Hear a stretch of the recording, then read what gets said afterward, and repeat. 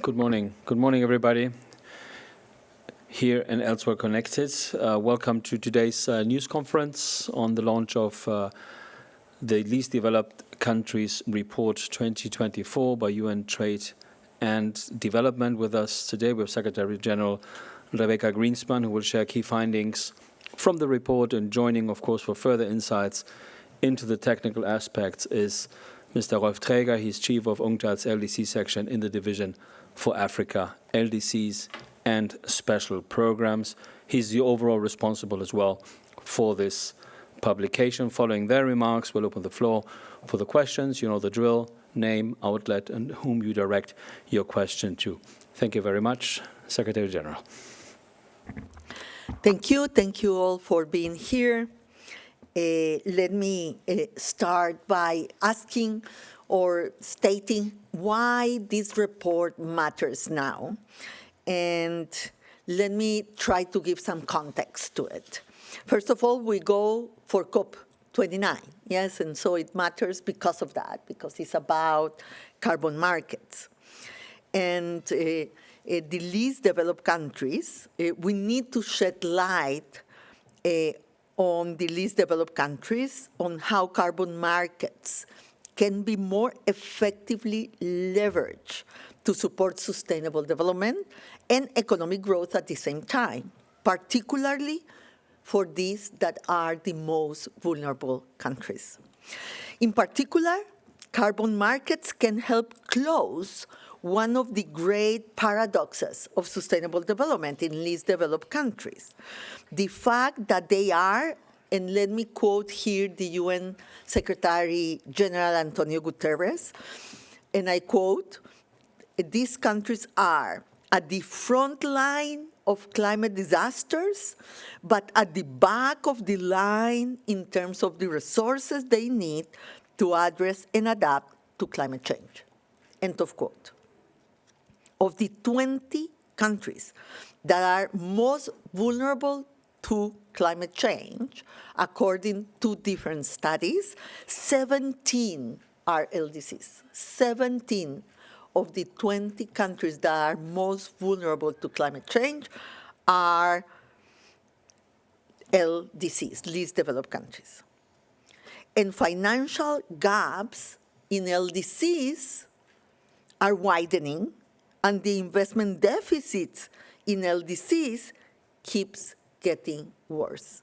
So these are countries that are not closing the gap, because we can say, okay, they are the most vulnerable, but gaps are,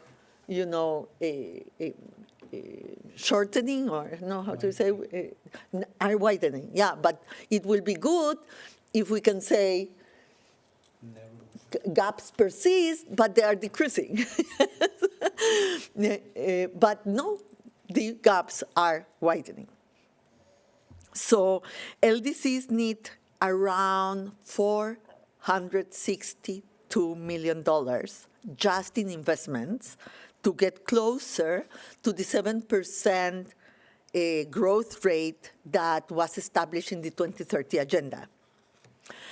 So from the 45 LDCs, we have 45 least developed countries. From the 45 LDCs, only one country, Rwanda, is going to meet the target of the SDGs of 7% growth rate, only one. And this is where carbon markets come in. Carbon markets can bring much needed investment into the least developed countries, not only for climate action, but also for growth, for structural transformation more generally. But first, we need to understand how carbon markets work. At their core, carbon markets are trading systems designed to reduce greenhouse gas emissions. A company or individual invests in projects that reduce emissions elsewhere to compensate for their own emissions. This can include initiatives like renewable energy, reforestation, methane capture from landfills. And these projects generate carbon credits that can be sold in the market. And that's how the carbon markets are created. In short, carbon markets seek to solve a concrete problem of economics: how to give a price to that which has a high value for the planet, but a low value for the market. So carbon markets have great potential in LDCs because they have much of these things, yes? Forest untilled, soils unworked, sun and wind uncaptured. And these represent a huge opportunity for carbon removal and sequestration, offering the potential to generate substantial carbon credits. And at the same time, promote sustainable land use. But to tap on these opportunities for the least developed countries, a lot has to be done. Because as we approach COP29 in Baku next week, whose main focus will be on climate finance, precisely, this report is a wake-up call on carbon markets, modest progress, but with a great potential ahead, if we decisively support LDCs. So what are the key findings of the report 2024? So first, LDCs play a minimal role in global greenhouse gas emissions. They contribute less than 4% to total gas emissions. However, as mentioned, they face some of the most severe impacts of climate change. There is an untapped potential in the LDCs. LDCs have significant opportunities to create carbon credits through projects in forestry, in agriculture, and in renewable energy. But unfortunately, global carbon markets are currently divided and unclear. Carbon markets are fragmented due to multiplicity of regulatory frameworks, standards, and institutions, which leads to a wide variation of carbon prices in different market segments. So the complexity that have been developed because there is not a unified framework, unified standards, unified institutions that you can go to. So these fragmented global carbon markets are an obstacle in itself for untapping the potential of the LDCs. And we know that LDCs have less capacity to deal with this complexity than other countries. And so they are, hit twice. For LDCs to unlock their opportunities in these markets, they face pricing and access challenges that hinder their ability to fully engage. A crucial factor for LDCs is establishing a viable carbon price.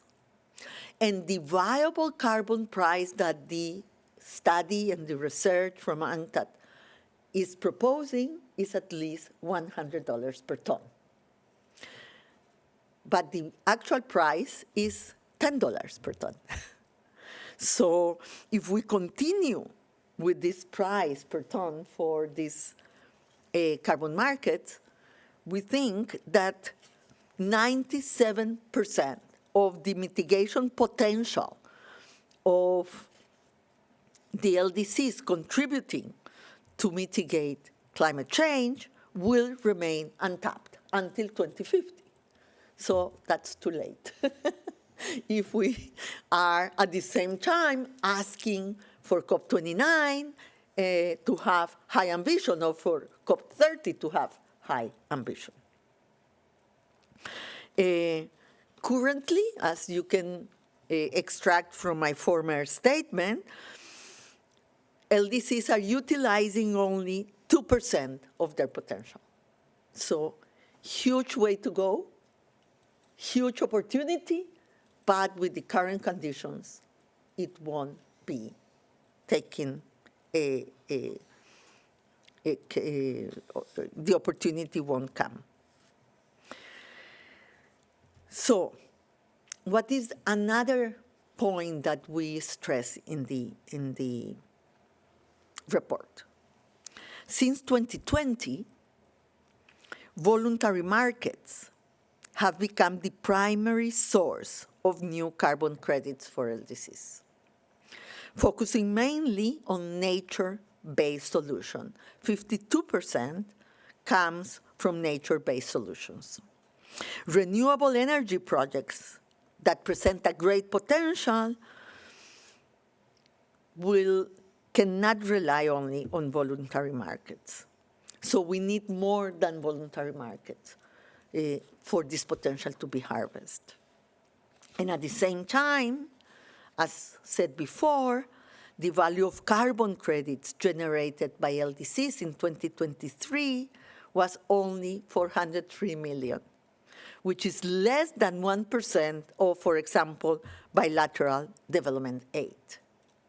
This is like a drop in the ocean. And the other problem that we have is market concentration. The significant concern of geographic concentration in the carbon credit market. Only 6 LDCs from the 45, only 6 LDCs really represent an important part of what goes to the LDCs. Bangladesh, Cambodia, Democratic Republic of Congo, Malawi, Uganda, and Zambia. So very good for these countries because they have been able to attract and benefit from the carbon markets, although, as I said, still with a huge untapped potential because of the limitations that they also face. But the other 38 countries, 39 countries, are basically not benefiting. These 6 countries account for over 70% of all voluntary market credits and 80% of credits under the CDM. This concentration limits opportunities for broader participation and benefits across the least developed countries. So the way forward, according to our recommendations, is starting from the point that we know that many of the LDCs lack the infrastructure, the technology, and the institutional capacity needed for a meaningful participation in carbon markets. So we need to strengthen domestic capacity and emphasize that strong domestic frameworks are essential. LDCs need laws, regulatory capacity, and monitoring systems to fully leverage carbon markets while ensuring benefits reach local communities. But we also need to expand international partnerships. Effective global support for LDCs in carbon markets require expanded partnerships, regional institutions, and supportive climate frameworks. The African Continental Free Trade Area is a clear example of an opportunity for regional institutions to really support LDCs in Africa, to have better frameworks to untap the opportunities coming from carbon markets. So collaborative approaches can lower transaction costs and increase the least developed countries' positioning within carbon markets. In particular, we need a stronger push for harmonization across different standards and regulations. LDCs cannot and should not be forced to navigate a spaghetti ball of climate regulations. Now, we have to also prioritize capacity building. Building local expertise and infrastructure is critical. Capacity building enables LDCs to integrate carbon market participation into their broader economic goals. Distinguishing carbon finance also is important. You know, we need to be able to avoid the temptation of greenwashing of projects or investors. We know that the greenwashing have been really one of the factors that have weakened the participation of investors in funds for sustainable development and for climate finance. I don't know if you remember, but when we launched the World Investment Report in 2023, we established that in 2023, there was a decrease of 60% of the new funds coming into the climate funds and the sustainable funds. A 60% decrease from investors and from new money, to fund for resources for these funds. And this was mainly, according to our research, because of greenwashing. So we need to have a clarity in how the projects in these countries are going to take place, so they are not used for greenwashing projects that don't have really a value added to the objective, and that will then pose a reputational risk for these countries' possibilities to participate in the carbon markets. So our main message: carbon markets are not a silver bullet, but can support sustainable growth for LDCs. Carbon markets alone won't solve the problem of development in these LDCs, but with the right reforms, they can provide supplementary financial support and a stepping stone to broader sustainable development. We underscore that carbon markets can contribute to global climate action by unlocking the sustainable growth potential in the world's most vulnerable economies. With COP29 in Baku starting next week, where we will also host an event on this topic, this report adds momentum to global climate action discussions. Creating inclusive, effective carbon markets is essential to achieve both development and climate goals, and may be part of a new architecture for climate finance, underpinned by the new collective quantifiable goal to be agreed in this COP29. This is an opportunity that leaders at COP cannot afford to overlook. Thank you. Thank you. Thank you very much, Secretary General, for providing the key takeaways of this report, which of course kicks off our approach to COP29 and what UN Trade and Development will be addressing in Baku starting next week. I now give the floor to our colleague Rolf Traeger for some additional, more technical insights. He has promised to keep them at layman's but interested people's and followers level, so we all understand what he really wants to convey, and then we open the floor for questions. Thank you. Thank you, Marcelo. Good morning, everyone. So I'd like just to provide some further details to what the Secretary General has just exposed, which are the main findings and recommendations of the report, and particularly this crucial question which the report seeks to answer, which is how to bridge these gaps. And there are several gaps. Gaps between economic growth and climate action, gaps between the cash with which international financial markets are awash and the huge financing gaps of least developed countries. And as we have seen from the Secretary General's exposition, there are huge gaps.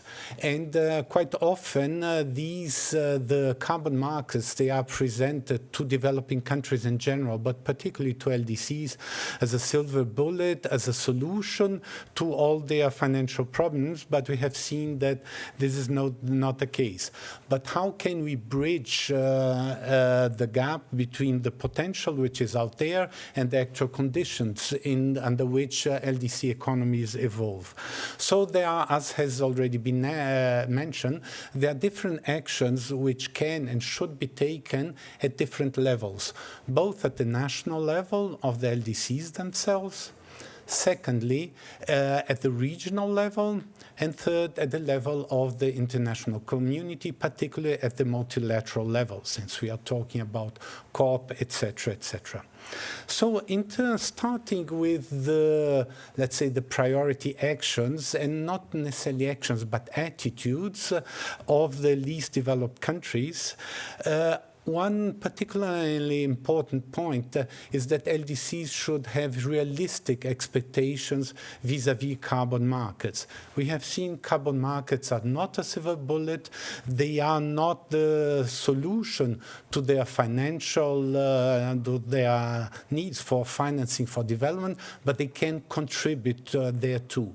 And therefore, it's important for these countries to have realistic expectations, not to place all of their eggs on these markets as if they were going to solve the bulk of their needs for financing for development. This is not going to happen. It's going to be a contribution.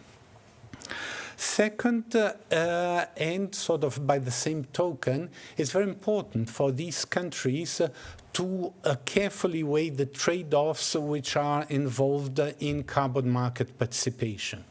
Because there is, of course, the positive side of raising finance and possibly contributing to climate action, both for their own sake, in terms of their own policies, their own contribution to combating climate change, and thereby and indirectly giving a contribution to the global action against climate change. Of course, keeping in mind the proportions and the small size of these economies vis-à-vis the world economy.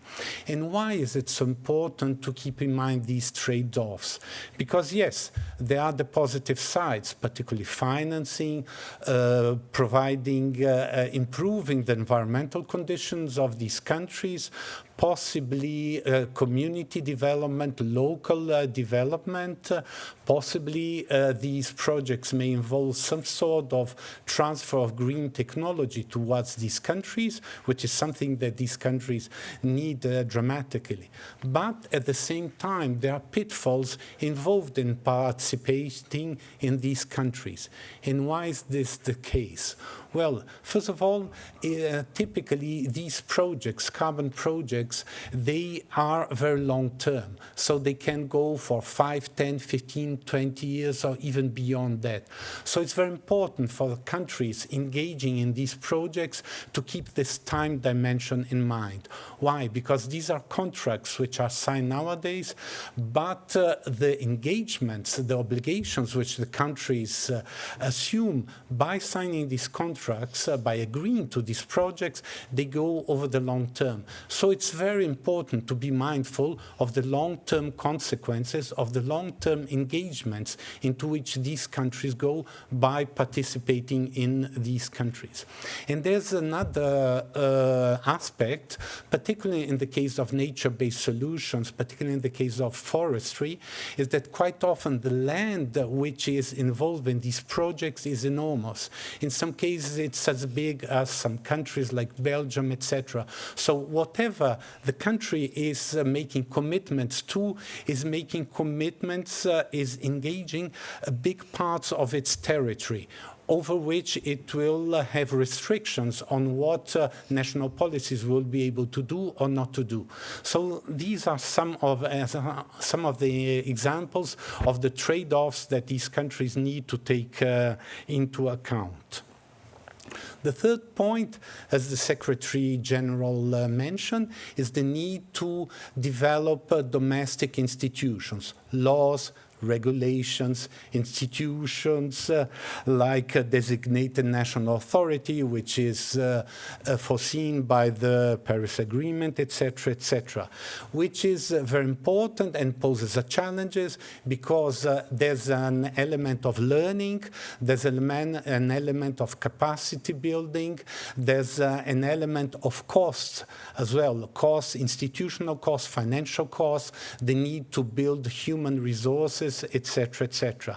And let's not forget that within, while building these institutions, it's not just a matter of complying with what international obligations say, coming from UNFCCC or coming from the Paris Agreement or otherwise, but it's very important that the national goals of domestic policies are inbuilt into national legislations. For instance, rules for benefit sharing. These should be inbuilt in national legislation, which is a way of ensuring that whatever projects will be undertaken in those countries foresee or oblige, if you want, some form of fair benefit sharing, particularly with local communities, with sub-regional areas, etc.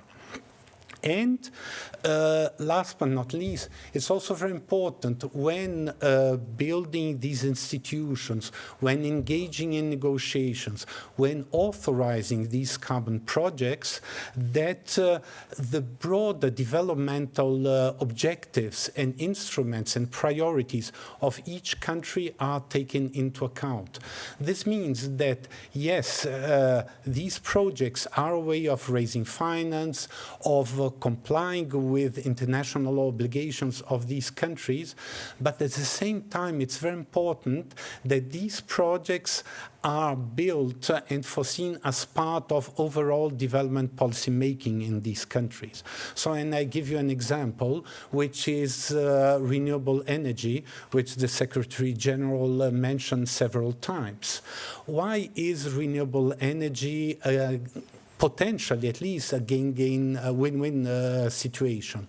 First of all, because these countries have an enormous deficit in terms of energy generation, transmission, etc. Let's not forget that in 2/3 of the 45 LDCs, less than 2/3 of the population have access to electricity. And when I'm talking about less than 2/3, it could be as little as 10 to 15% of the population who have access for electricity, which means that the demand for electricity, for energy in general, is enormous. And there is a potential for projects, for carbon projects, to provide part of the finance in order to close these gaps, as was mentioned at the beginning.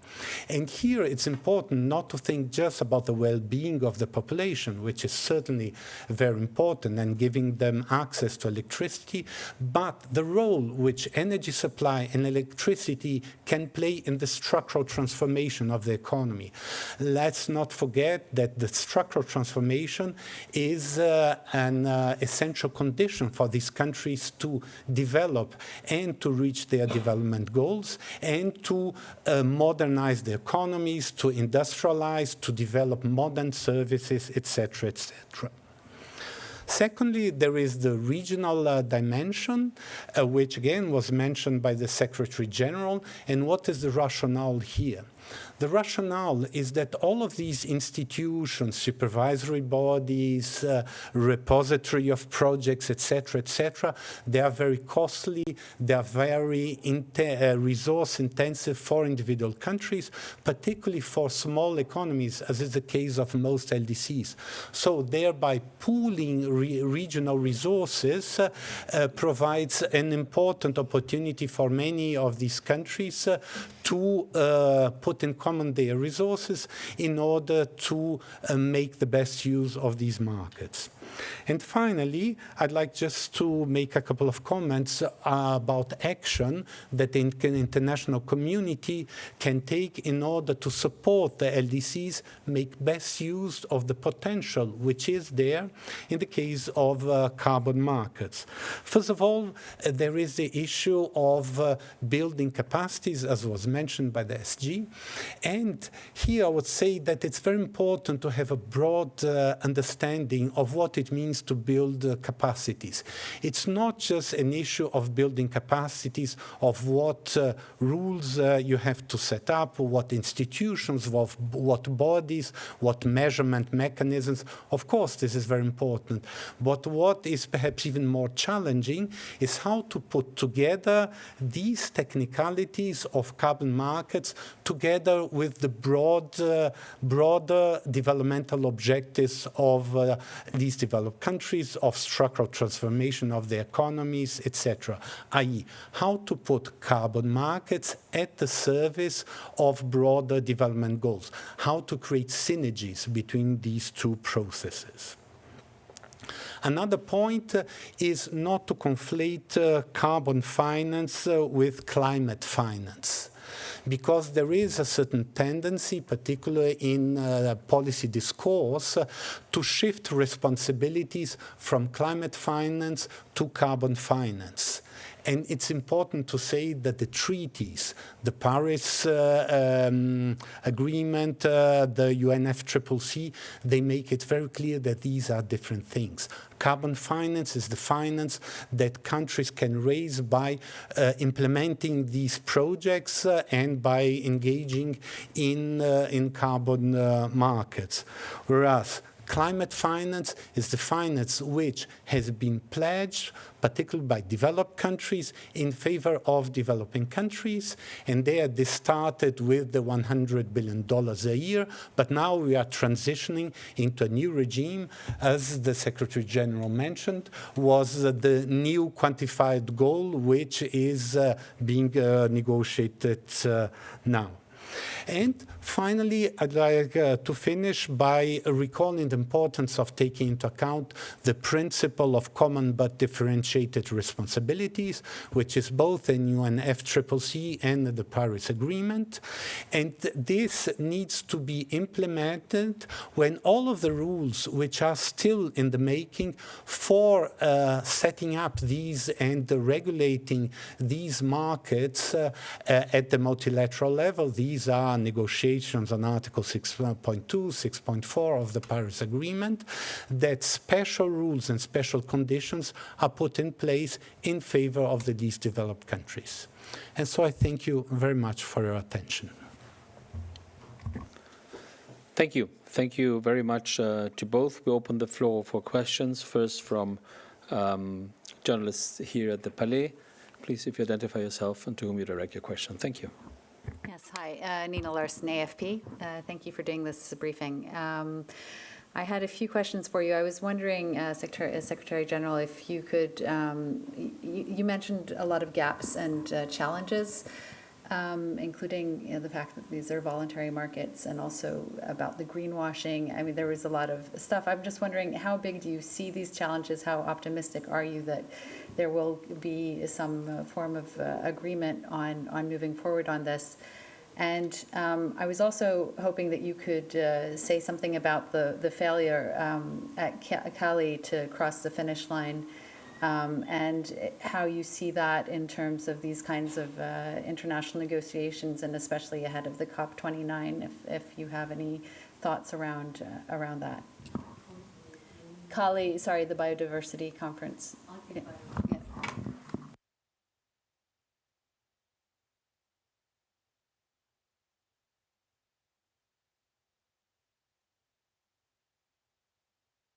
Can collect questions for the sake of efficiency as well.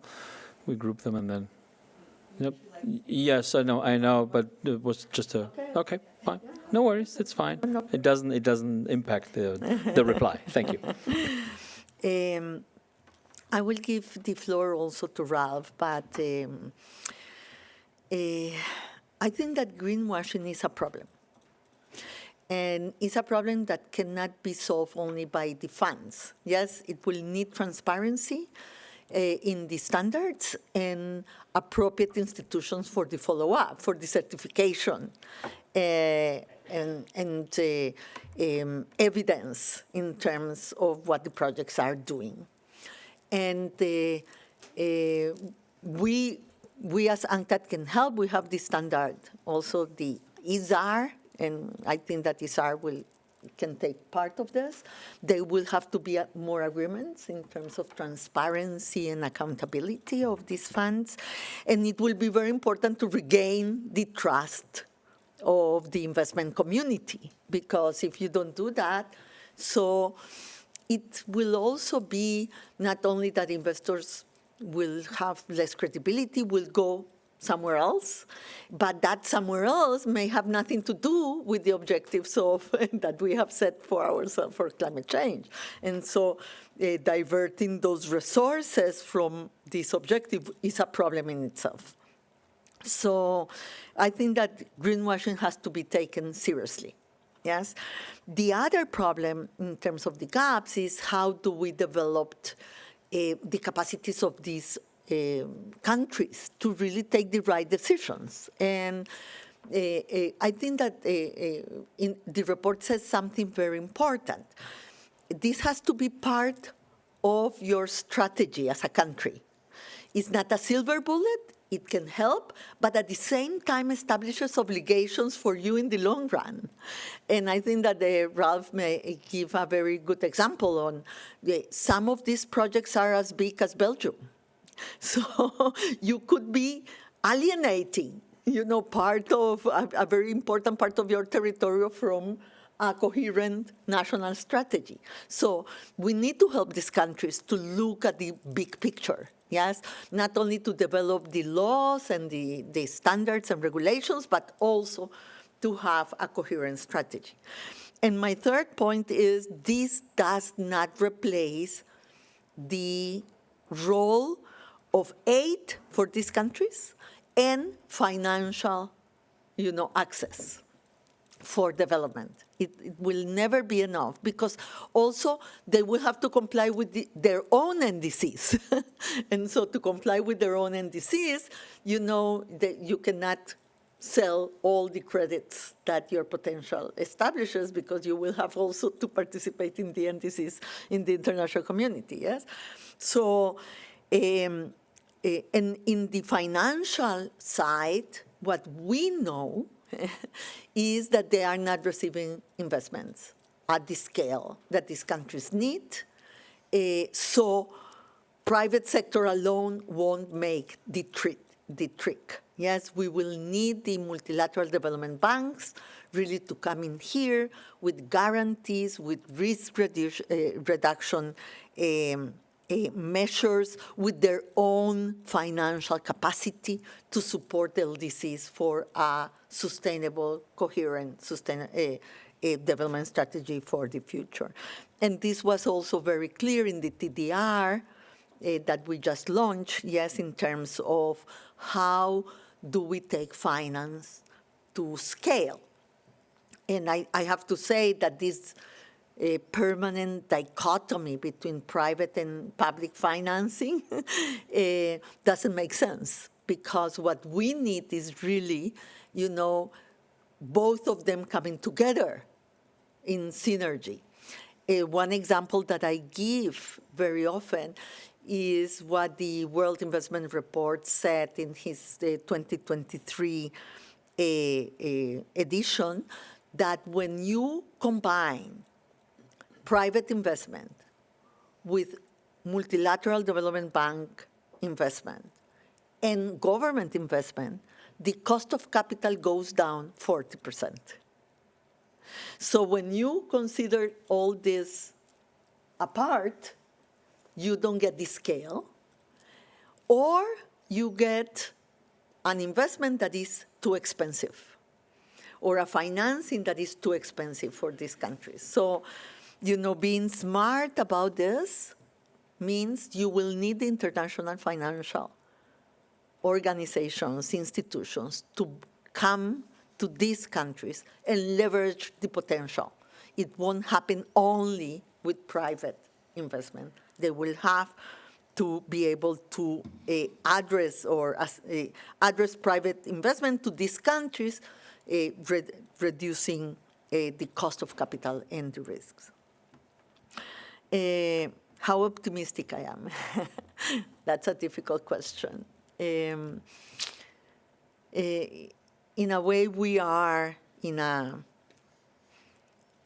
difficult moment, yes. And we cannot be naive in the sense that we have a very polarized world. And in a way, Paris 2015 was a moment of hope. We had the Paris Agreement, we had the SDGs, the SDG agenda, and the Agenda 2030. And there was this idea that we could go for a win-win process. We are again in the trade-offs narrative. And mainly because, you can have a win-win if you have the financing for it. But if you don't have the financing for it, you just see the trade-offs. Yes? And that's why this COP is so important, because we need to go for a new finance target. And if we don't agree on it, the divide will grow, and the trust on any process will grow. I really believe the Pact of the Future was a hope moment also because there was consensus on very difficult issues that 2 years ago were impossible to be discussed in the international framework, yes? And examples of it is the international financial architecture reform in its governance, and also the debt architecture reform. So the processes to get a reform in the international financial architecture were a very important part of the Pact of the Future. And that, I think, that can unleash part of the financing that the developing countries need for sustainable growth and to be positive and participants in the objective of the Paris Agreement. I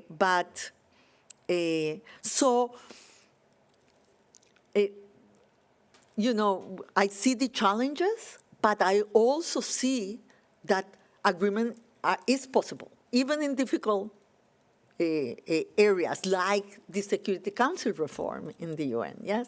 So I will expect, or I will wish, to see in COP29 a better, an attitude that will allow for some consensus around the quantifiable financial goal. Obviously, it will be very far away from the 100 billion initially stated. Yes, the numbers are much higher. And the big question will be not only about the number, but how the financing will be composed. Yes, what will come from the donor community, what will come from multilateral development banks, what will come from an effort of domestic resource mobilization, what will come from the investment community. That will be really the most important discussion in Baku and in COP29. And that together with the NDC revision for the COP30, I think that is a good combination to regain momentum in the opportunities also for the South, for the developing countries, for the LDCs to tap into the opportunities. So I am cautiously optimistic. Thank you, Secretary General. But maybe, Rolf, you want to say something here? Maybe when we wrap up, so we progress, but so being cautiously optimistic in terms of keeping also for time. I don't know if we have more here in the room. We see more? No, expanding. So we go on to those connected online. We see, I see two hands at the moment. Maya Plens from the UN Brief, please. Thank you.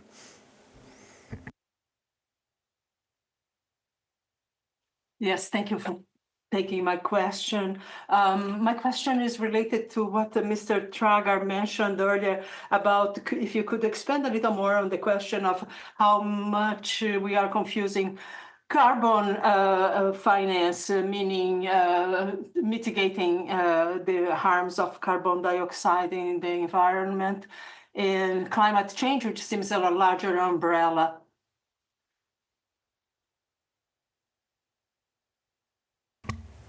Okay, thank you. So both of these types of finance have to do with the issue of mitigating climate change, but the difference between them is the origin, the mechanics, and how they are supposed to operate. When we are talking about carbon finance, we are talking about the finance which is raised by the sale of carbon credits, by setting up projects, etc., which are approved and are then sold in the markets, etc. And there you have one challenge, which is that the market value of these projects is one thing. The amount of this value which stays in the country is something else, because typically these projects, particularly in the case of LDCs, are developed by foreign operators. So it's not sure how much or what is the share of this value which stays in the country. So this is one issue. But this is the logic of carbon finance. Whereas the climate finance is the one which was pledged back in Paris in 2015 by developed countries as through different ways of financing climate action in developing countries. And back then it was a value was put to it, which was $100 billion a year, but right now it's much higher than this. So one thing is what the country gets by setting up these projects and getting some proceeds out of the sale of these carbon projects. The other thing is how much the international community, particularly donor countries, have pledged to finance for climate action in developing countries. This is quite independent of setting up carbon projects, and therefore the two of them should not be confused. Thank you. Thank you very much, Rolf. The Secretary General excuses herself. She had to leave for another pre-scheduled engagement, so apologies from her side. We don't know whether there are any follow-up questions, either here from the room or online. They are not. So again, thank you for attending. The report has been distributed. It is online. We have various assets as well. This is, again, I reiterate what we said at the beginning. The first step as we approach. Oh, I have somebody online, but I don't see it. Oh, Maya again, I think. Yes, Maya. Sorry, I saw this was the old hand, but it's a new, old and new. Thank you. I had a question for the Secretary General. What a pity. But perhaps Mr. Traeger can expand on that too, the concept of greenwashing. We talk so much like the ESG, that banks, institutions, companies embarking on this trajectory where they self-monitor. So what do you see is the possibility of creating some sort of framework? Where are there frameworks that would help these companies into account? And how does that impact also when they go to least developed countries and pretend that they are doing good and they are just greenwashing? If you could comment on that aspect of greenwashing, mitigation. Yes, thank you. So, I mean, this was an issue which was already mentioned in a previous question, and which is a major problem for the functioning of carbon markets, because carbon markets were launched around in their present form around the beginning of the century, and there was lots of enthusiasm for them, but later much reporting emerged with accusations of greenwashing. And what would be the case? That claims are made that there have been abatement activities, that there has been mitigation through different projects, etc., but which do not amount to reality. Or conversely, that the same mitigation amount is counted twice by a private company, by the country, etc., etc. And the problem of this is that these repeated accusations of greenwashing have taken away credibility of carbon markets, which largely explain both the fall in carbon prices in international markets, but also the falling interest of international investors in, particularly in the case of voluntary markets, in these markets. Why? Because these investors, they are motivated essentially by the will to polish their green credentials, to implement their ESG policies, environmental, social, and governance policies, etc., etc. But these policies only have credibility if the projects over which they are buying credits, they are credible, i.e. whether there is real mitigation, whether this is properly monitored, whether this is properly measured, whether there is proper accounting and accountability for all of this system. And all markets rely on some sort of shared values, understanding, and credibility. And the fact that there have been so many accusations of greenwashing has hampered the functioning of these markets. And that's why you have a number of initiatives in order to prevent greenwashing, in order to have serious standards of accountability, of measurement, of the mitigation impact, etc., of ensuring that the same mitigation activity is accounted properly, that it's not accounted twice. And this is very important for the whole of the working of carbon markets, because unless there is credibility in the working of these markets, there will be no demand for carbon credits, and even the limited possibilities and potential which is there for LDCs will not be at their reach, will not be available to them. So hence the importance of this international movement, and particularly at the multilateral level, and principles which are being developed in order to enhance the credibility of these markets and to minimize, if not eliminate, greenwashing. Thank you. Thank you, Rolf. Thank you, Maya. Apologies again. If there are no further questions, then as I said, this is the first of several steps as we approach Baku. We will be sharing more up-to-date information on all our engagements whilst in Azerbaijan. If there are follow-up questions also to the Secretary General, who again had to leave before, please send them to us and we will get back to you during the week. Thank you very much.